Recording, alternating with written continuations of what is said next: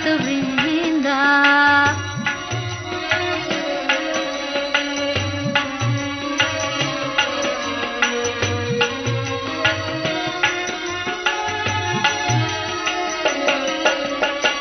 श्री कृष्ण चैतन्य प्रभु नित्यानंद, श्री अद्वैत गदाधर शिव सदी गौर भक्त वृंदा।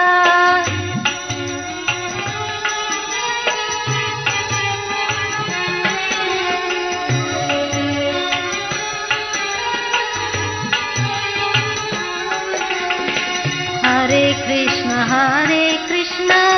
कृष्ण कृष्ण हरे हरे, हरे राम राम राम हरे हरे।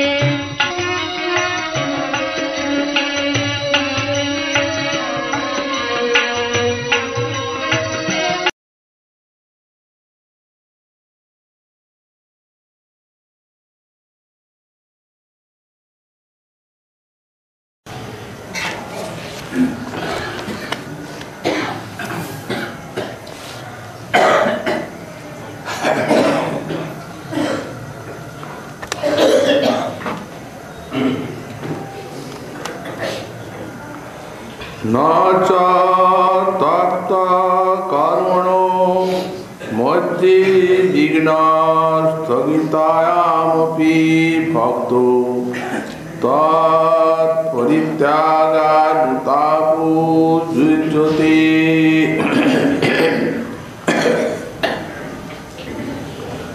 कलिजुग पावनावतार श्री श्री गौरांग महाप्रभु परम अंतरंग पार्षद गौड़ीय वैष्णवाचार्य वर्य परम पूज्य पाद श्री श्रील जीव स्वामी चरण तार श्री श्री भक्ति संदर्भ ग्रंथे 173 अनुच्छेदे साधन भक्ति अभिध्यात्म वर्णन प्रसंगे श्रीमद् भागवते स्वयं भगवान श्री कृष्ण श्री उद्धव महाशय प्रति भक्तिर अधिकारी मात्रे जे कर्म त्यागेर विधान दिएছেন সেই প্রসঙ্গটি नाना प्रकार पूर्वपक्ष तुले আর সুখাতি সূক্ষ্ম ভাবে স্থূলা নিকননায় বিশ্লেষণ করে প্রতিপাদন করছেন। তো বলছেন নচ তপ্ত কর্মণো মধ্যে বিঘ্ন স্থগিতায়ামপি ভক্তো তৎ পরিত্যাগানুতাপো যুজ্যতে। प्रथम भक्तिर आरम्भदशा থেকে কর্ম ত্যাগের বিধান দেওয়া হলো। এখন ত্যাগ নয় পরিত্যাগ, অর্থাৎ নিষ্কাম কর্মী প্রভৃতিকে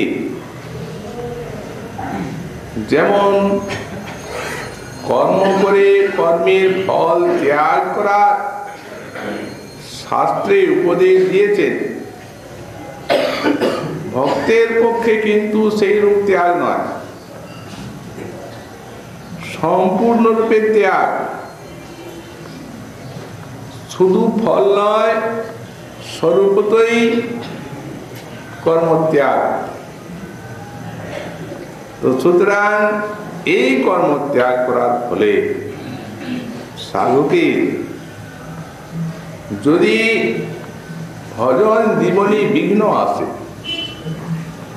এবং সেই বিঘ্নের দ্বারা যদি ভক্তি সাধন ভক্তি স্থগিত হন,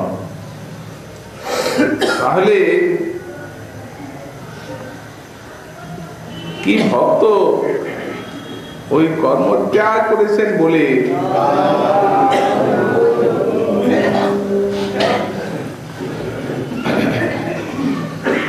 তার জন্য কোন অনুতাপ করবেন? বললেন কখনো করবেন না। পরিত্যাগানুতাপ ন যুজ্যতে, সেই জন্য কোন প্রকার অনুতাপ করবেন না। তাতে তার শুদ্ধ ভক্তির হানি হবে। ভক্তির অপকর্ষ চিন্তা করা হবে প্রকারান্তরে। অনুতাপ করবেন, কিন্তু ওই বিঘ্নের জন্য অনুতাপ করবেন। আমি ভক্তাদম, ভজন সাধন জীবনে আমার এত সব বিঘ্ন, ভজন সাধনে আর এই বিঘ্নের জন্য অগ্রসর হতে পারছি না, এইরূপ অনুতাপ করবেন। কিন্তু যদি তার মনে জাগে যে ভগবানের শ্রীমুখবাণী বেদ শাস্ত্র,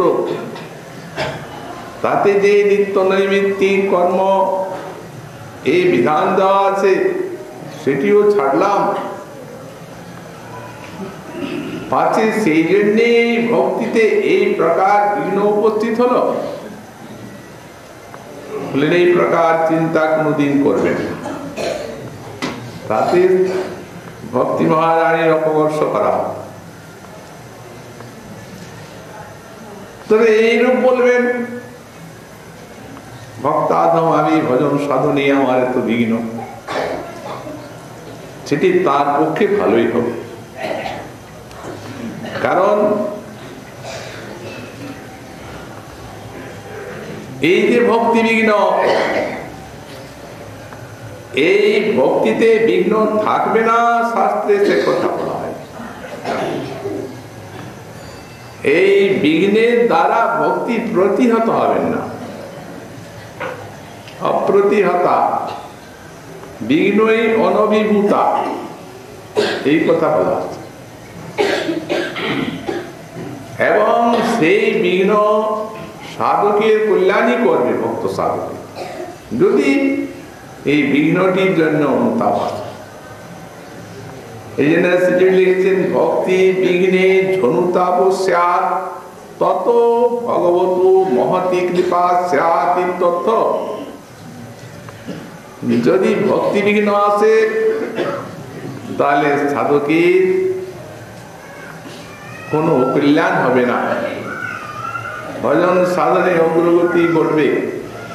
কারণ অনুতাপ আসবে, এই অনুতাপ এলেই ভক্তি বাড়বে, ভজন সাধন এবং ভগবানেরও মহতি কৃপা তার প্রতি জাগ্রত।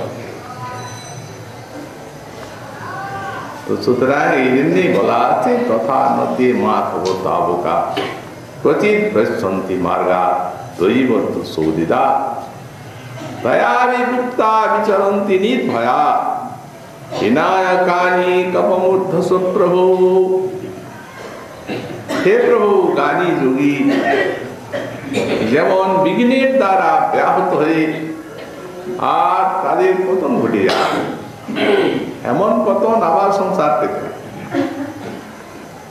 তাদের কৃচ্ছ সাধনা এবং সেই সাধনার প্রতি কোনো সহায় নিজের শক্তি। প্রভু তোমার ভক্ত সেই রূপ নয়। তথা নদী মাধব তাবকা তদীয় চরণাশ্রিতা ভক্তা ক্বচিৎ ভ্রষ্টন্তি মার্গা। এই ভক্তিপথের থেকে তারা কোনোদিন বিচ্যুত হয়ে যান না। সর্বোপরি প্রভু দয়াভিভুক্তা, তুমি তাদেরকে সবসময় যে রক্ষা করছো প্রভু। দয়া অভিযুক্তা সর্বতভাবে রক্ষিতা, তোমার কর্তৃক তারা সর্বতভাবে রক্ষিত, কারণ তুমি শরণ্য এবং তারা শরণাগত। অতএব বিচরন্তি নির্ভয়া,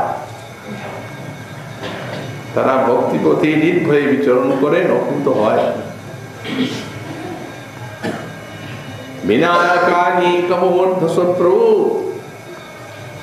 এই বিনায়ক বিঘ্ন এই বিঘ্নগুলির মাথায় পা দিয়ে সোপানের মতো আর তোমার লোকে তারা উঠে যান। বিঘ্ন যখন আসে জ্ঞানী যোগীর পতন হয়ে যায়, আর এই যে উন্নয়নের সোপান হয় যেমন চেরি, সেই বিঘ্নের মাথায় পা দিয়ে আর ভগবানের লোকে উঠে যান। তো সুতরাং এই সাধন ভক্তির মহিমা প্রভাব এত। আমি কর্ম ছাড়লাম বলে যে এই বিঘ্ন এলো, এই চিন্তা করতে গেলে তো আর ভক্তি থাকে না। এমন মহিষী এবং শক্তিশালী ভক্তি। এই জন্যেই বললেন, একটা দৃষ্টান্ত দিচ্ছেন।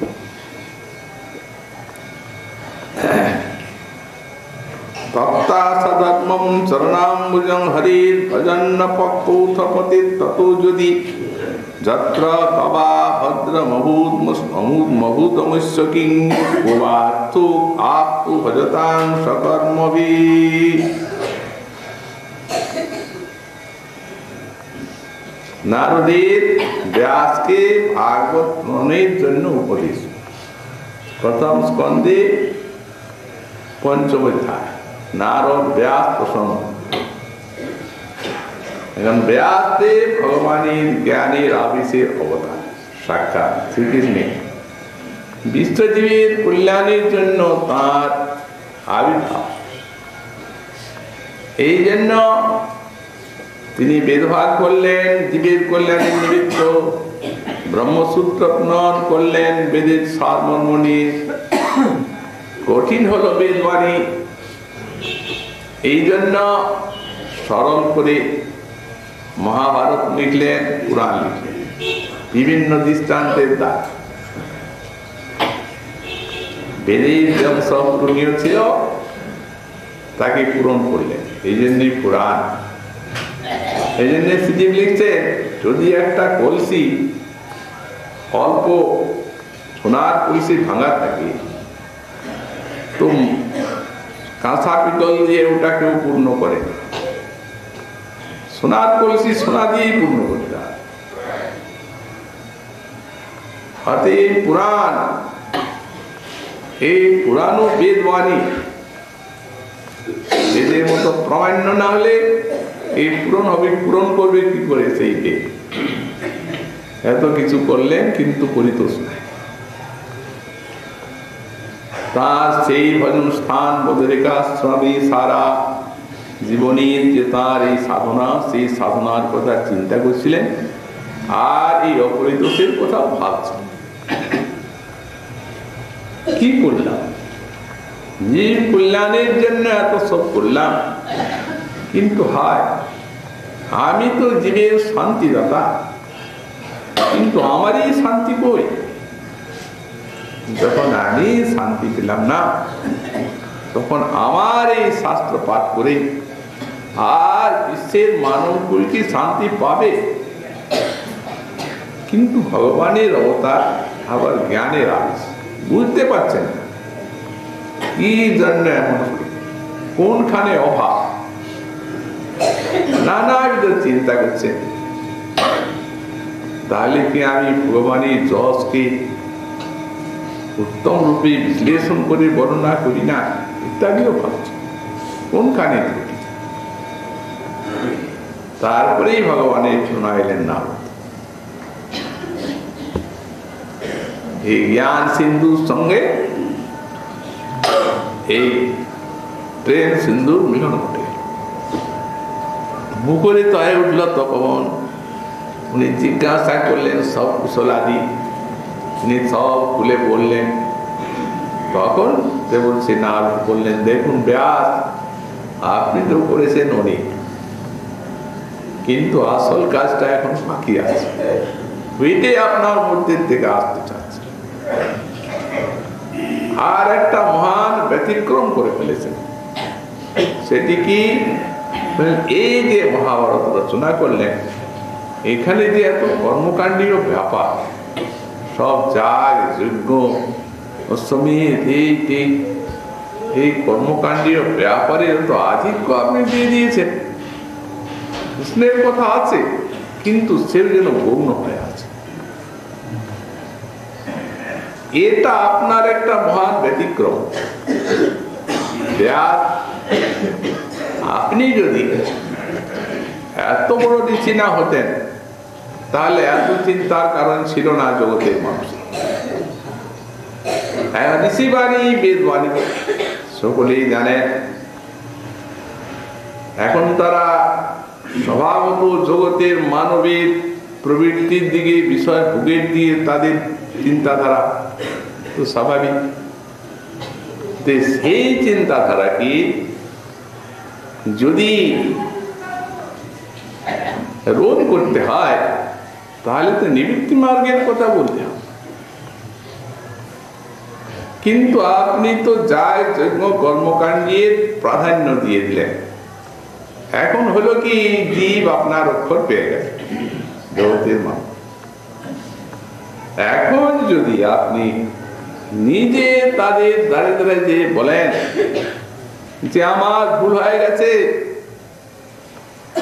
প্রকৃত কল্যাণকৃত জীবের জন্য প্রবৃত্তি মার্গ নয়, কারণ প্রবৃত্তি মার্গই তো সংসার উৎপত্তি, নিবৃত্তি মার্গই আমার মত, কেউ নিবেন।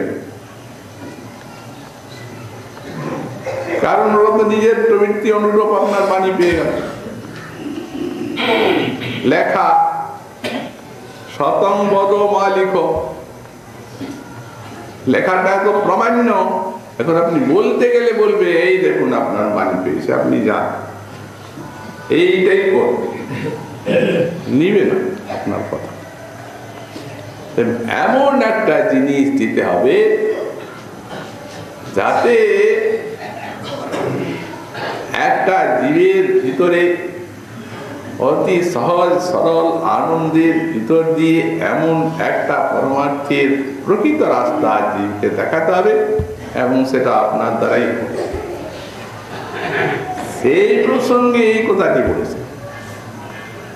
এই যে আপনি যে স্বধর্মের কথা বললেন, তো এখন তক্তা স্বধর্মম চরণাম্বুজং হরে ভজন নথ পক্কথ পতে তত। যদি মনে করুন ভগবানের ভজন করছি, কর্ম ত্যাগ করে, এখানে যে তক্তা স্বধর্ম, এই টিকায় স্বামীপাদ লিখেছেন নিত্য নৈমিত্তিকাদি কর্ম, এটা একান্ত করণীয়।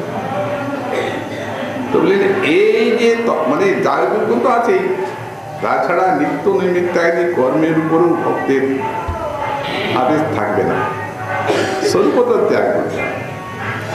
এই স্বধর্মকে ত্যাগ করে ভগবানের চরণাম্বুজ ভজন করছেন। এই অবস্থায়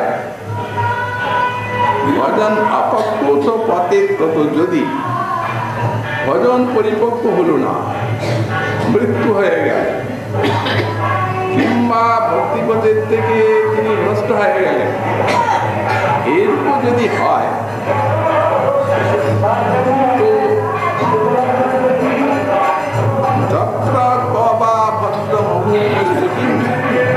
তাহলে কি তার কোনো কল্যাণ হয়?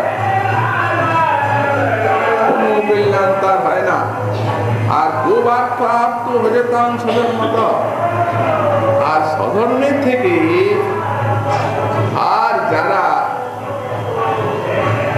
স্বধর্ম আছে আর ভজন করছে, দুইটি মিশে গেছে, অর্থাৎ জ্ঞান কর্মাদি মিশ্রা, জ্ঞান কর্মাদি মিশ্রা। তো তাতে তাদের এমন কি ফলালাভ হবে? কোন ফলাভ? শুদ্ধ ভক্তি আশ্রয় করেছে, কর্মত্যাগ করে, আর মনে করুন কোন মঙ্গল এলো আর ভজনে অগ্রসর হতে তো পারলেনই না, মৃত্যু এসে গেল কিংবা পতন হয়ে গেল, তাহলে তার কি হবে? কিচ্ছু হবে না, কারণ ভক্তি বাসনা হৃদয়ে আছে। এই জন্য সাইপাদ টিকায় লিখছেন এই যে বাসনা, ভক্তি বাসনা, এ তো কোনো কর্ম জ্ঞান বাসনার সঙ্গে মিশবে না। কারণ যত কিছু অন্যান্য বাসনা, সব বাসনাগুলা জীবের মনের চিত্তের উপরে থাকে, আর মহৎ কৃপা জনিত এই যে শ্রদ্ধাক্রমে ভক্তি লাভ করলেন ভজন, এটা তো আত্মার মধ্যে আছে বাসনাটা। দেহদেহীর কাজ গেলে তো আত্মা যাবে না। এই জন্যই ভগবান বললেন আমার সাত্বিক যাদের জ্ঞান সেটা সাত্বিক, আর আমার যে ভজন সেটা নির্গুণ। নির্গুণ বাসনা, বাসনা তত্ত্ব নাচ নাই, বাসনা তো থেকেই গেল, আর ও বাসনা নাচ হবার না, একদিন না একদিন পাওয়া যাবে। দৃষ্টান্ত দিয়েছেন মহাজনগণ। যেমন মনে করুন হয়তো কোনো একটা আস্থা কুড়ি একটা মণি কি একটা সোনার টুকরো পড়ে গেল, এখন বৃষ্টি হচ্ছে, সেই সমস্ত আস্থা কুড়ির আবর্জনা পড়ছে, পৌঁছে পৌঁছে যখন ওগুলো ধুয়ে যাবে তো সোনার টুকরাটা তো ধোয়ার পচবার জিনিস নয়, ওটা তো পাওয়া যাবে। তো তেমনি বিঘ্নের দ্বারা, পতনের দ্বারা যদি কয়েক জন্ম তার সময় লেগে যায়, ওটা না সবে, ওটা একদিন পাবেনি, পাবে নিশ্চিত। কারণ ওটা যিনি উৎসাহী পাদ লেগেছেন ভক্তি বাসমায়া অবিচ্ছিন্ন ধর্মতা, ছেদ না, মিলবেই। এই জন্য শ্রীমদ্ গোস্বামী পাদ এখানে দৃষ্টান্ত দিয়েছেন ওই এই শ্লোকের ব্যাখ্যায় সমসর্গ টিকাতে। ওই চিত্রকেতু যে মহাদেবীর অভিশাপে অভিশপ্ত হয়ে অসুর হয়ে, তো উনি বলছেন যদি কোনো এই প্রকারে তির্যকজনী এমনকি অসুর দেহ ভগবত বিরোধী, এই দেহটা স্বভাবতই, কিন্তু ভক্তি বাসনা এমনি যে ও যাবে না, যে দেহই পাপ। ভরত তো মৃগদেহী পেলেন, কিন্তু কই ভক্তি বাসনা গেল, ওটা অবিচ্ছিন্ন ধর্ম, ও যাবেই না। সে এমন ভাবে বরং স্বর্ণ কাঞ্চন মুদ্রার মতো ওই যখন পেয়ে গেলেন, অনুতাপ এলো, হায় করলাম, দেবীর কাছে ক্ষমা চাইলেন, মাথায় করে অভিশাপটা চলে গেল। মহাদেব প্রশংসা করলেন, বললেন দেখলে তো দেবী, এই নারায়ণ তুমি কোথায় ছিল? সে অন্তর্ব হয়ে আর হরিগুণ গান করে বেড়াচ্ছিল, তাকে তুমি একবারই অসুর জনিতে ঠেলে দিলে, কিন্তু মুখে তার কোনো গ্লানি ম্লানি দেখলে কিচ্ছু নাই। নারায়ণা পরাশর্দে নক্তশ্চন বিভ্যতি স্বর্গাপবর্গ নরকেশ্ব বিতুল্যার্থ করছি। স্বর্গে যাক, অপবর্গে যাক, নরকে যাক, এদের কোনো পতন নাই।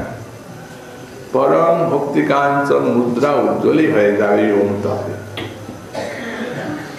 হায় কি করলাম, মহৎ অপরাধ হয়ে গেল, নিজ জনি প্রাপ্ত হয়ে গেলাম, জল জল করে উঠলো স্বর্ণ কাঞ্চন মুদ্রা। এই ভক্তি যার জন্য ভাগবতের দৃষ্টান্তে এর এই বৃত্তাসুরের কথা উল্লেখ করলেন গরুড় পুরাণ।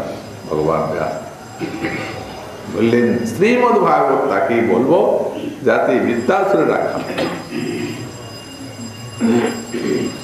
তাহলে কতখানি বাড়লো জিনিসটা।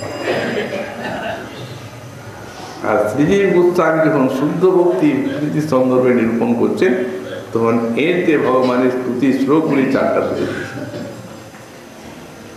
কেন বললেন ব্যাস দেবীরা? বললেন শুদ্ধ ভক্তি নিরূপণ করেছেন শ্রীমদ্ ভাগবত। তো এর স্তুতির মধ্যে এমন শুদ্ধ ভক্তির বিশ্লেষণ আছে যার জন্য এই একে লক্ষণটি নিয়েছেন ব্যাস শ্রীমদ্ ভাগবত নিরূপণ। যখন স্বর্গরাজ্যে নিয়ে নিলেন, দেবগণ ভগবানের কাছে গেলেন, নিধন করুন প্রভু, কারণ আপনি তো অসুর নাশ করে আর আমাদের রক্ষা করছেন কল্পে কল্পে, ভগবান বললেন সে তো ঠিক, কিন্তু এই যে আমার ভক্ত, আমি ভক্তের বিরুদ্ধে কি অবস্থান করতে পারিনি? যারা আমার বিরোধী আমি তাদেরকে নাশ করেছি। স্বর্গরাজ্য আপনারা ফিরে পেয়েছেন, কিন্তু এটা তো অন্য অভিশপ্ত জীবন, অভিশপ্ত দেহটা পেয়েছে, কিন্তু আমার ভক্তি তো ঠিক আছে। তাহলে প্রভু অনুপায় কি? জ্ঞান। যতদিন পর্যন্ত সে বেঁচে থাকবে ততদিন পর্যন্ত মনে জঙ্গলে ঘুরুন। ও প্রভু, তার যে দেহ, যে শরীর, সেও কোনো কালে বলবে না। ততদিন পর্যন্ত কি এমনি বনে জঙ্গলে ঘুরে বেড়াবো? উনি বলে আমি কি করবো? আমি তো তার বিরুদ্ধে অস্ত্র ধরতে পারি না। ভজন করুন। এইখানে শ্রী বিশ্বনাথ চক্রবর্তী বার্তিকায় লিখেছেন যে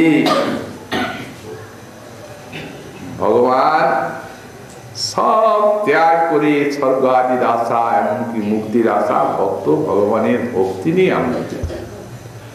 কিন্তু এই বিষয়ভোগটি এমন একটা আবেশ আনন্দ করে, বিষয়ভোগের প্রাচুর্য হেতু এরা ভজন নিতে পারবে না, তারপর আসবে না, পারল না। প্রভু অন্য উপায় বলুন, এখন ভজন সাধন হবে, পরে হবে, কিন্তু এখন তো প্রভু বিষয় ভোগের আকাঙ্ক্ষা, এতে কি আর আপনার ভজন হয়? তখন উপায় বলেন, ওপো আমি চাই, আমার কাছে রাখতে চাই না, ওর আসার সময় হয়ে গেছে, আপনারা যান দধিচি মুনির কাছে অস্থি চাইবেন, ওতে বজ্র হবে, সেই বজ্রেই ওর মৃত্যু। উপায়টা বলে দিলেন। তো প্রভু কেউ যদি বুকের অস্থি দেয় তাহলে তো মরতে হবে, তবে তো অস্থি দেওয়া হবে। দেখুন, আমাদের স্বর্গরাজ্যের জন্য একটা ঋষির জীবনটা চাইবো আমরা। বলছেন জীবনটা বড় নয় ওদের, ওদের পরের হিতটাই বড়, যান না হাসতে হাসতে দেবে। আপনাদের এই জীবন নিয়ে টানাটা, এই ভোগ, যারা ত্যাগী তাদের ওরকম নয়, কোনো মূল্য নেই, মরতে তো হবেই।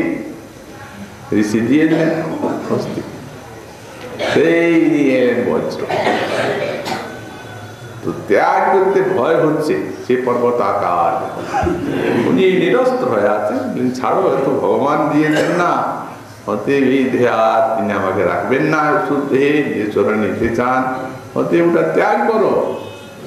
কি ভয়, কি সংকোচ, কি মনে করছো প্রভু আমাকে স্বর্গরাজ্য দেবে? প্রভু দেয় না আমাদেরকে স্বর্গরাজ্য, ওটা তোমাদেরই।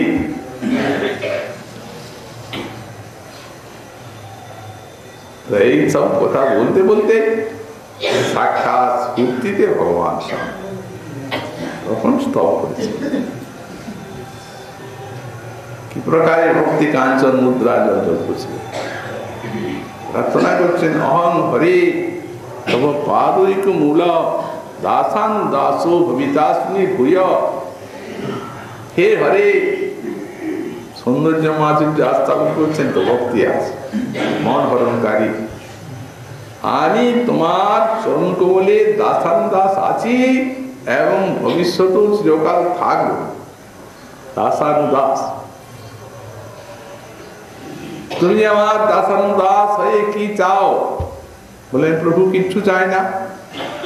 মনস্মরে শাস্ত্রপতির গুণানাঙ্গ নিত বা কর্ম করু তুকায়, এই চাই তোমার গুণ লীলা আমার মন স্মরণ করুন।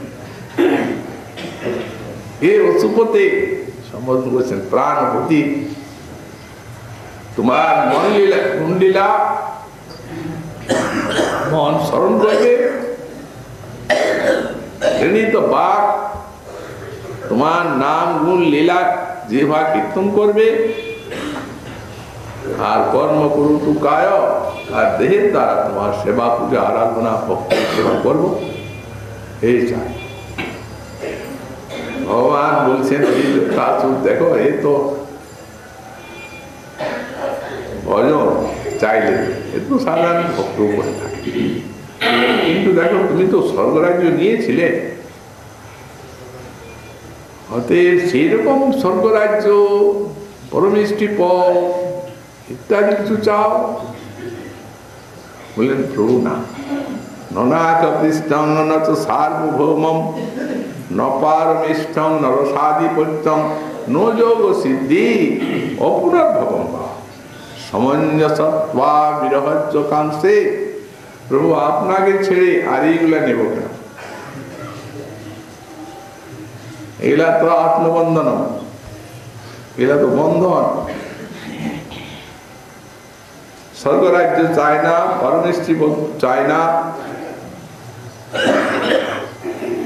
সার্বভৌম পদ চায় না, পাতালের রাজ্য চায় না, এমনকি মুক্তিও চায় না, চায় আপনার। তখন উনি বলছেন আচ্ছা কিরকম আমাকে চাও তাই বলো, এটা শুনতে চাই, আমাকেই চাও কিন্তু কিরকম চাও? তখন যে শ্লোকটি বলেছেন এইটাই বিশেষ ব্যাখ্যা করেছেন শ্রীজীব, এবং বলেন এই শ্লোকটার জন্যেই ভাগবতের লক্ষণটা করা হয়। শুদ্ধ ভক্তি একদম স্থূনানিকরণায় বিশ্লেষণ করে দিয়েছে। ভক্ত কিভাবে ভগবানকে চাইবে, শুদ্ধ ভক্তি যা প্রথমে বলছেন অজাত তৎসাই মাত রংখগা,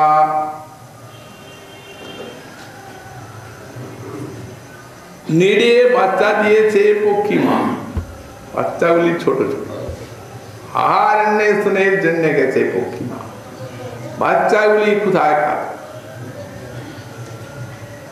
দেরি হচ্ছে। তখন সেই বাচ্চাগুলি অতিশয় ক্ষুধার কাতর হয়ে যে উৎকণ্ঠায় মাকে দেখতে চায়, এ প্রভু আমি সেই রকম তোমায় দেখতে চাই। লিখছেন বাচ্চাগুলি কি মাকেই চায়? মা কিছু খাবার নিয়ে আসবে, শুধু তো সেই খাবার খাবে, এই জন্যই মাকে দেখতে চাচ্ছে, মাকেই চাচ্ছে, কিন্তু একটা হেতু আছে। তাহলে বৃত্তাসুর যে ভগবানকে দেখতে চাচ্ছেন, এর কি সেরকম একটা হেতু আছে? ভগবান আমার জন্য কিছু উপঢৌকন আনবেন, এই জন্য বৃত্তাসুর পরিতুষ্ট হতে পারেন না। এটা কেবল উৎকণ্ঠার দিকটা দেখা হলো।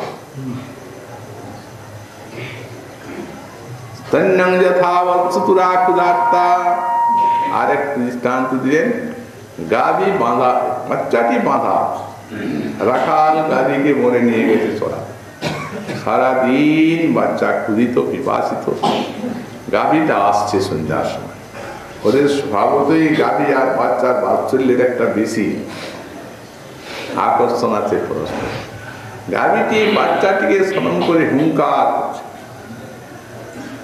তখন বাচ্চাটা ওই মাকে দেখার জন্য বাঁধা আছে, যেমন ছটপট ছটপট করতে, ওই যে হুঙ্কার করছে মা। প্রভু এইরকম আমার মন তোমায় পেতে চায়, দেখতে চায়। গোস্বামীপাদ বললেন দেখো ওটার থেকে এটা অনেক শ্রেষ্ঠ, কারণ একে তো বৎস, গাভীর বৎস স্বভাবত মায়ের উপরে তাদের প্রীতি বেশি, আর মায়েরও তাও তো একটা জিনিস চায়, স্তন্যটা চায়, ক্ষুধিত হয়ে আছে।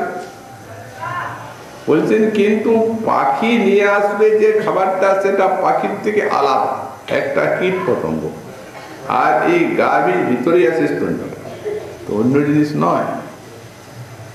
হতে সেই দিক দিয়েও এর শ্রেষ্ঠতা আছে। কিন্তু বৃত্তাসুর এতেও সন্তুষ্ট হন নাই, মনে মনে ভাবছেন যে এটাও তো ঠিক হলো না,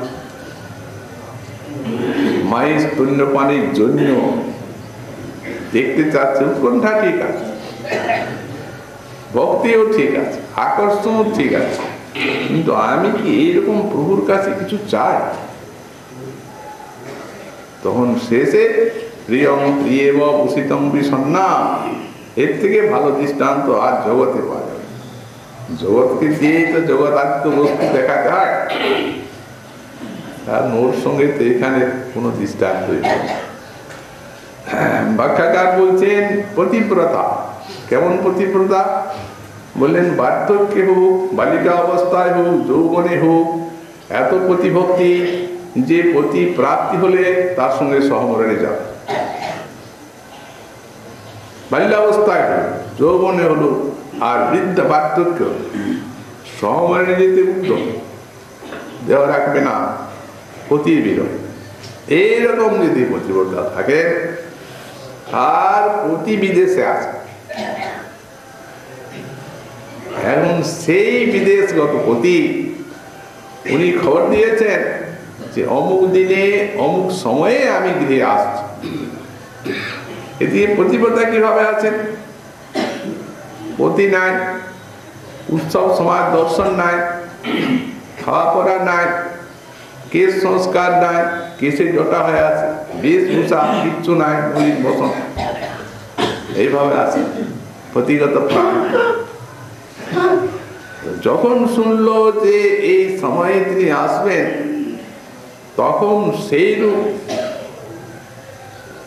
বেশভূষা সংস্কার আদি করে, আর সেই সময়টা যত অতিক্রান্ত হচ্ছে, যে সময়টা দিয়েছেন পতি, তখন যে উৎকণ্ঠায় সে পতিকে দেখতে চায়, 10 বার বাইরে যাচ্ছে আলাস, কি হল, আছে কোনো বিঘ্ন, কোথায় কি হল, সেই রকম আমার মন তোমায় দেখতে চায়।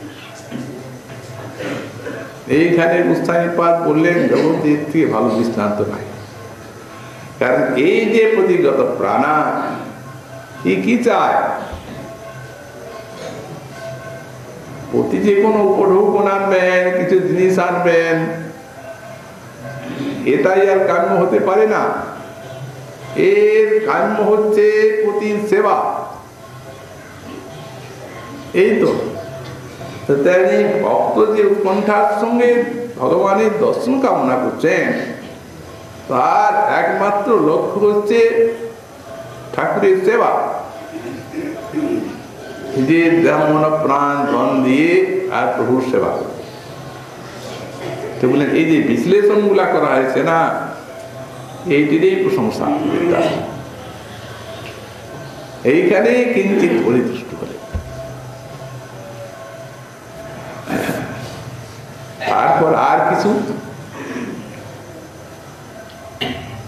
তার বলছেন প্রভু আর কি চাইব, কিছু চাই না। এই যে দেবী অভিশাপ দিলেন, পতন হয়ে গেল।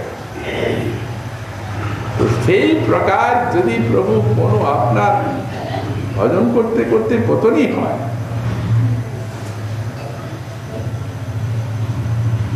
নিজ কর্ম ফলে যদি প্রভু পতনই হয়, তো আর যদি সংসার হয়, কিন্তু তন্ময়াত্মক মাঝ দেহকে এসু শাসক্ত চিত্ত ননাথ, আমি যেতে চাই, কোনো অসুবিধা নেই।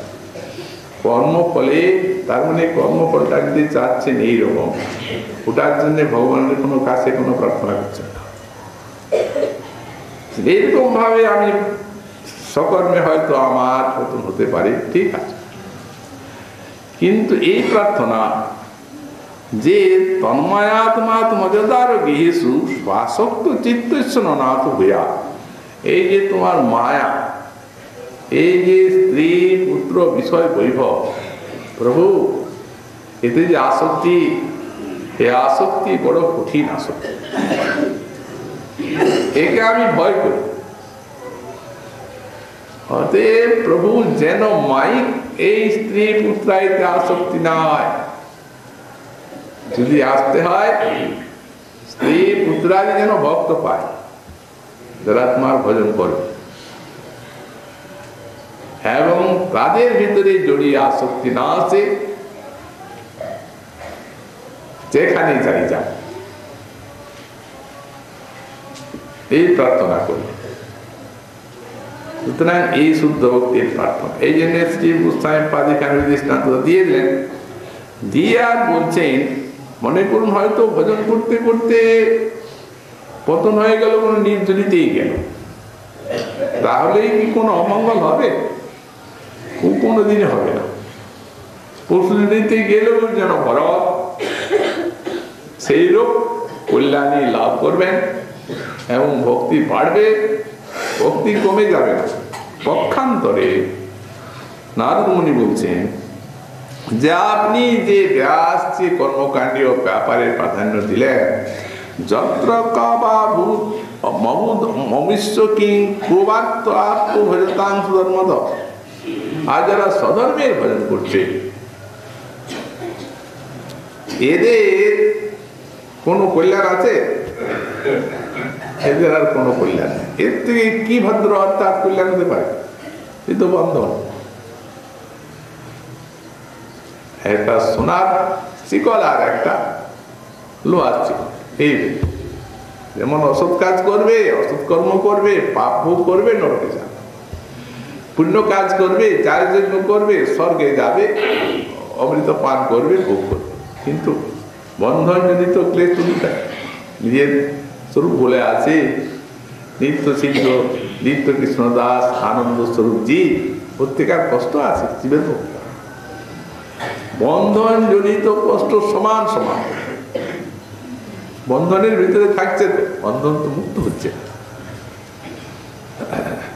এই জন্য সোনার চিগলটার থেকে বরঞ্চ লোহার চিগলটা ভালো। কেন? যেহেতু সোনার চিকলের ওই সোনা একটা আকর্ষণ আছে, তেমনি যাগযজ্ঞ করে যারা স্বর্গ যাচ্ছে, রাজা হচ্ছে, তাদের তো আসক্তি বেড়েই চলবে। আর যারা পুষজনী যাচ্ছে, নরকে যাচ্ছে, কষ্ট পাচ্ছে, তারা তো কাঁদবে, দুঃখ পাবে। এই দুঃখ পেতে পেতেই তো দুঃখহারী ভগবানের ঈশ্বরের লোক স্থান পায়। এই জন্যেই কোনো ভক্ত কবি লিখলেন, আছে বলি দুঃখ বরং হয়, তবে কথা আছে সুখ করে অন্বেষণ, দুঃখ না থাকিলে সুখের সন্ধান কেউ তো কখনো করত না। দুঃখ আছে মরমদহন, তখন সুখের অনুসন্ধান করবে। এই সুখ খুঁজতে খুঁজতে সুখময় গোবিন্দ চরণের দিকে হাত বাড়াবে। কারণ সুখ নাই প্রভুর সংসারে, সুখ আছে মায়ার উপরে, গোবিন্দের চরণে প্রকৃত আনন্দ আছে। তো সুতরাং বরংটা ভালো, কিন্তু এই স্বধর্মের দ্বারা, যাগযজ্ঞ ইত্যাদির দ্বারা কার কল্যাণ হয়েছে না হবে? অতএব ব্যাস এই জন্মার লীলাক্রমী ভগবান শ্রীকৃষ্ণের মধুর লীলা তুমি কীর্তন করো, চিত্তে পরিত শাস্ত্রে বিশ্বকেও শান্তি দেবে। আর এই লীলা সাধনে ওই যে কর্ম যা কিছু করে লিখেছ ও কিছু না, লোক আপনি ছেড়ে দেবেন।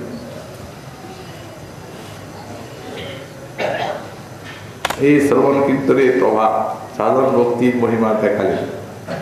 বললেন ভগবানও তো বললেন গীতাতে, সর্বধর্মান পরিত্যজ্য মামেকং শরণং ব্রজ অহং ত্বাং সর্বপাপেষু মোক্ষয়িষ্যামি মা শুচো।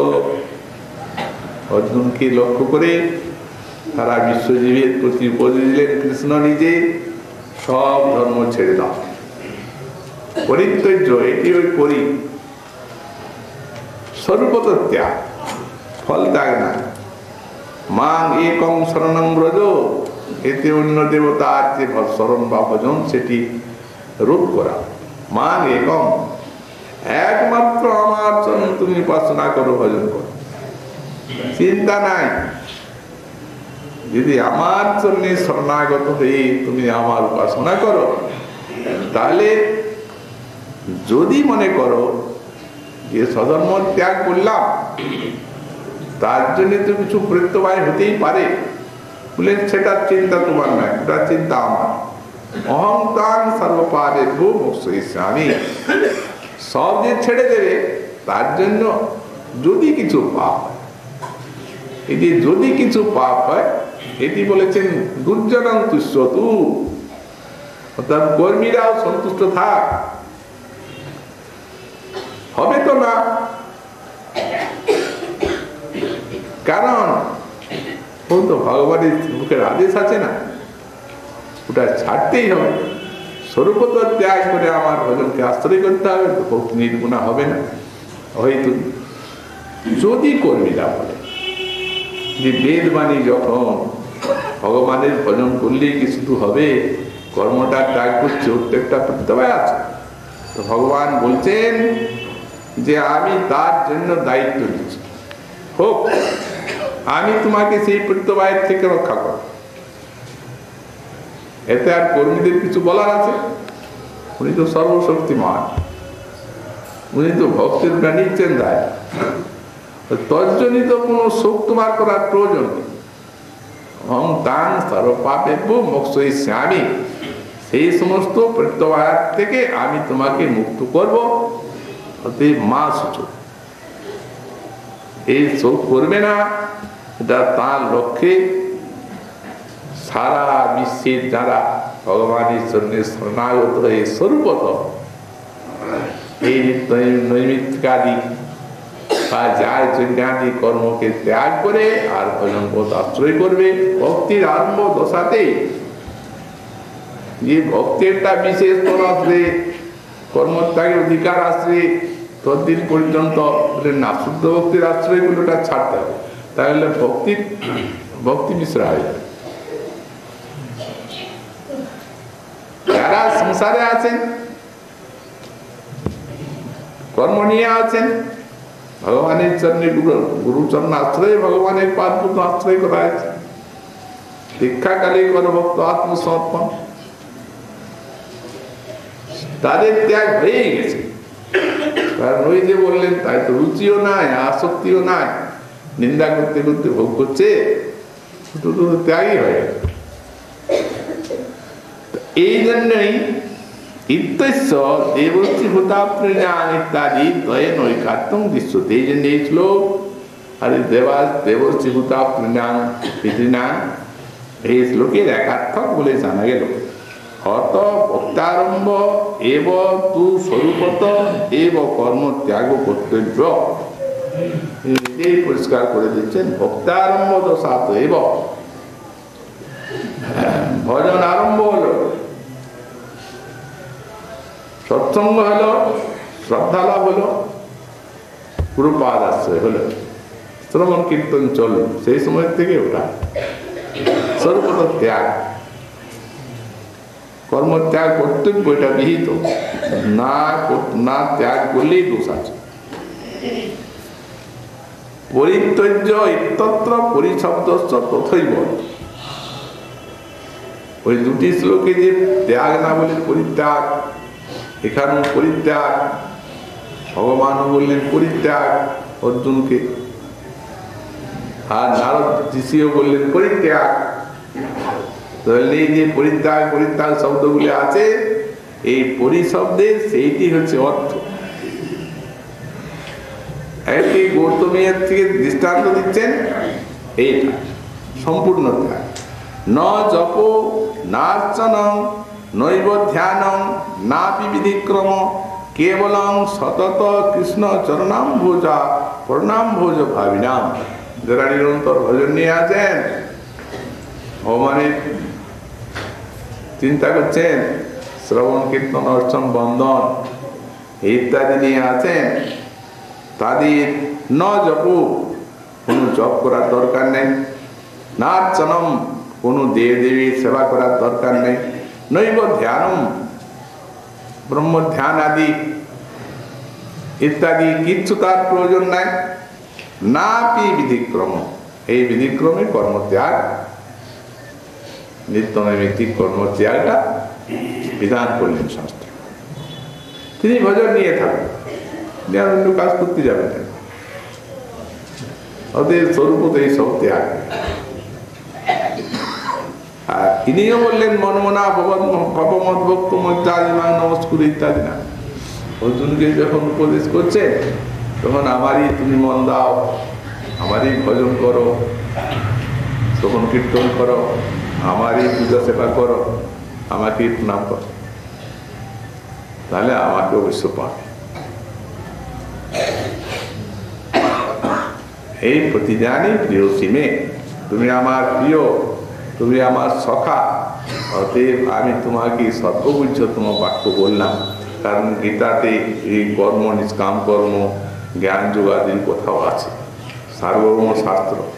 এখন যখন শেষ হচ্ছে তখন বললাম ছাড়ো, এটা তোমার জন্য নয়, সেই অধিকারের জন্য, সবার জন্য বলা তো। এবার তে হিতম বক্সা, তুমি আমার প্রিয় সখা, এই তোমার মতো যারা আমাকে ভালোবাসে, ভজন করে, তাদের হিত সব সময় ভজন নিয়ে থাক। অহংত্বাং, তারপরেই বললেন অবশ্য তুমি আমাকে পাবে, তুমি আমার প্রিয়, অতএব প্রতি জানে যাও ঠক্কার ইনাদে তুমি এই আমার বাণীর সত্যতাকে ঘোষণা করে দাও, যে যারা আমার ভজন নিয়ে থাকবেন তারা আমাকে অবশ্য লাভ করবে। এটা প্রতিজ্ঞাপূর্বক ঘোষণা করে দাও। অর্জুন বলছেন, প্রভু আমি যে ঢোল বাজাতে যাব আপনার হয়ে ঘোষবাদন, তখন যদি কেউ আমাকে ধরে বলে, অর্জুন তুমি কি কৃষ্ণ নাকি? কৃষ্ণ ভক্তের নাচ নাই, কৃষ্ণ ভক্তের নাচ নাই বলছো, তুমি কি করে জানলে কৃষ্ণ ভক্তের নাচ? কৃষ্ণ বলুন। তখন ভগবান বলছেন, দেখো অর্জুন, আমার বাক্যটার থেকে আমার ভক্তের বাক্যটা সবার থেকে সত্য।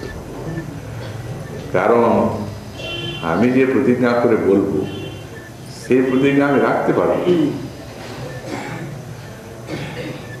এই যুদ্ধেই তো দেখলে বিশ্বদেব প্রতিজ্ঞা কৃষ্ণের ভাঙলে বিশ্বদেব প্রতিজ্ঞাটা রক্ষা করার জন্য নিজের প্রতিজ্ঞা বিসর্জন দিয়ে ছুটতে হলো।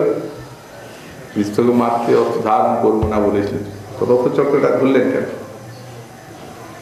তো সুতরাং আমি পারি না, তাই তোমাকে দিয়ে করাবো। কারণ সেও তো ভক্তের বাক্য নহে বিচার, সত্য করার জন্য পেছনে আমি আছি। ভক্ত বাক্য বিচার নাই, এ তো আমারই কথা। তাই তোমার মতো ভক্তকে দিয়ে বিশেষ প্রতিজ্ঞাটা আমি করা, যে যারা ভজন নিয়ে থাকবেন তাদের কর্ম, জ্ঞান, যোগ, অন্য দেওয়ার আরাধনা কিচ্ছু প্রয়োজন নেই, আমার ভজন নিয়ে থাকবে, অবশ্য আমাকে পাবে, আমি প্রতিজ্ঞা করে বলছি। যদি কেউ আমার প্রিয় হন, তোমার মতো আমাকে ভালোবাসেন, তাহলে তিনি আমার এই বাক্যে পূর্ণ বিশ্বাস স্থাপন করে আমার একমাত্র শুদ্ধ ভজন আশ্রয় করবে। গীতার শেষেও অনন্য ভক্তি একদম পরিষ্কার করে স্থাপন করা। তাই সমস্ত শাস্ত্রেই লক্ষ্য হয়েছে। এই জন্য শ্রী গোস্বামী পাঠ আবার এই বিষয় যে ভগবানের উপাসনা বা ভজন করলে যে আর কোনো কিছু কর্তব্যের প্রয়োজন নাই, আবার কয়েকটি শাস্ত্রবাণী উদ্ধৃত করছেন। যেমন মহাপ্রভুর কৃপা হলে আগামীকাল